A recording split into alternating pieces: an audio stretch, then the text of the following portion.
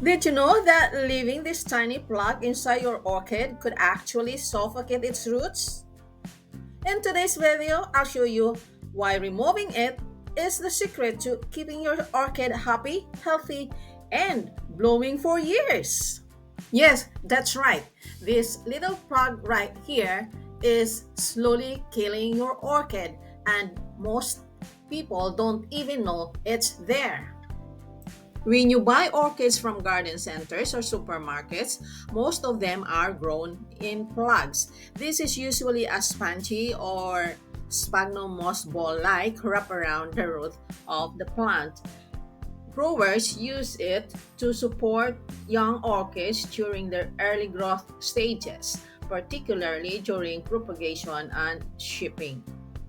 While helpful for nurseries, these plugs can become problematic for the long-term health of the orchid if left in place after purchase. Why problematic? Here's why.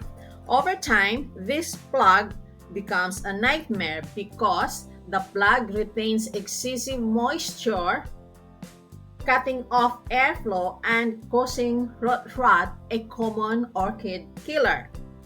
Orchids are epiphytes. They need their roots to breathe.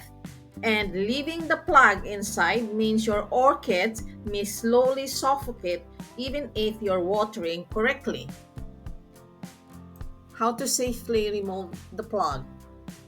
First, gently remove the orchid from its pot, including any plastic liner or moss.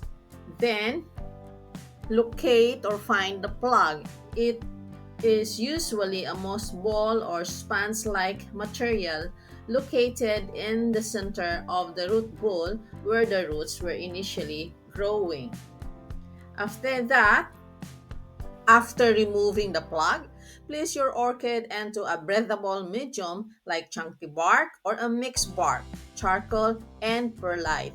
This allows air circulation and prevents water clogging. Remember, healthy roots equals to healthy blooms.